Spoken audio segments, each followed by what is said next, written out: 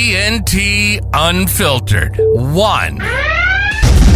Now your hosts, Tyler Freed and Tim Lombardo. Hello everyone, Tim Lombardo here. We're with TNT Unfiltered. My buddy Tyler Freed, how we doing? I'm doing just great. It's kind of a ball of energy today. What's going on? Well, this is a third retake. We're gonna hit house hacking again. No such thing as a take on a podcast. No, not at all. It's But only what gets out. It's a take if you press the start button. We never pressed the start button, so it really wasn't a take. Just a run through. Just a run through. We need to get an assistant for that, perhaps. Yeah. Okay, so today we're going to talk about house hacking. I get a little bit annoyed where I see a bunch of people all over the internet talking about house hacking. They don't really clearly explain what it is. Yeah. So house hacking, it's probably an Urban Dictionary. I'm not going to look it up because who knows what you find when you see that. But what is house hacking?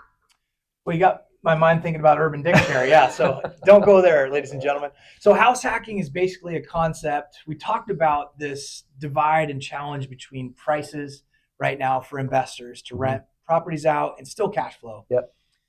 It's really hard to do right now. Yep. It doesn't make much sense unless you're putting a big chunk of money down like we talked about in the last episode. Yep. But say Tim buys a place.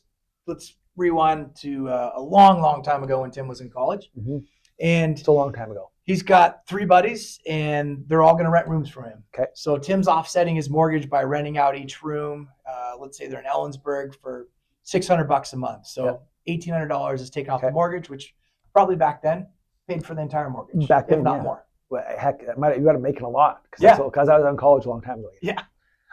So basically, house hacking is shortest sentence possible, like just renting out rooms versus the house. Exactly. Right. Exactly. And how do you see that typically working out as far for people? Is there a demographic that likes it? Is it everybody?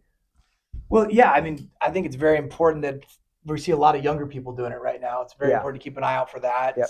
We're seeing a lot of Seattle tech people that are close to work doing that. We've got some clients that have had some great success with house hacking and renting out rooms. And now, you had a client a while back that kind of did it like 2 houses. Like, what was that like? yeah, this kind of started the conversation between you and I because you let me know about your client that did the same thing. But I had a guy finish college at UMass and get relocated over here from Microsoft and bought a townhouse, 3-bedroom, downtown Seattle area, kind of Fremont, rented out 2 of the 3 rooms, was able to 2 or 3. really cash flow really well on both of those and cover a majority of the mortgage. Yep. And so then he lived there for a while and he bought another one, right? Yep. Stayed for about a year and a half, Yep. then bought another one and is doing the same thing at the next house. So now he's got 2 assets. Yep. Right. His total monthly nut is maybe like a couple grand. Yeah. Okay. So he's got 2 houses. He's living, got a couple of roommates. But of course, if they're cool roommates, it's like, hey, why not? Yeah, it's just like college all over again. So really, house hacking could just be another term for letting my buddies live at my house for X amount of dollars. Exactly. The hacking part is if they're not my friends to start with. Exactly. Got it. So house hacking 101, we're renting out rooms versus the whole house.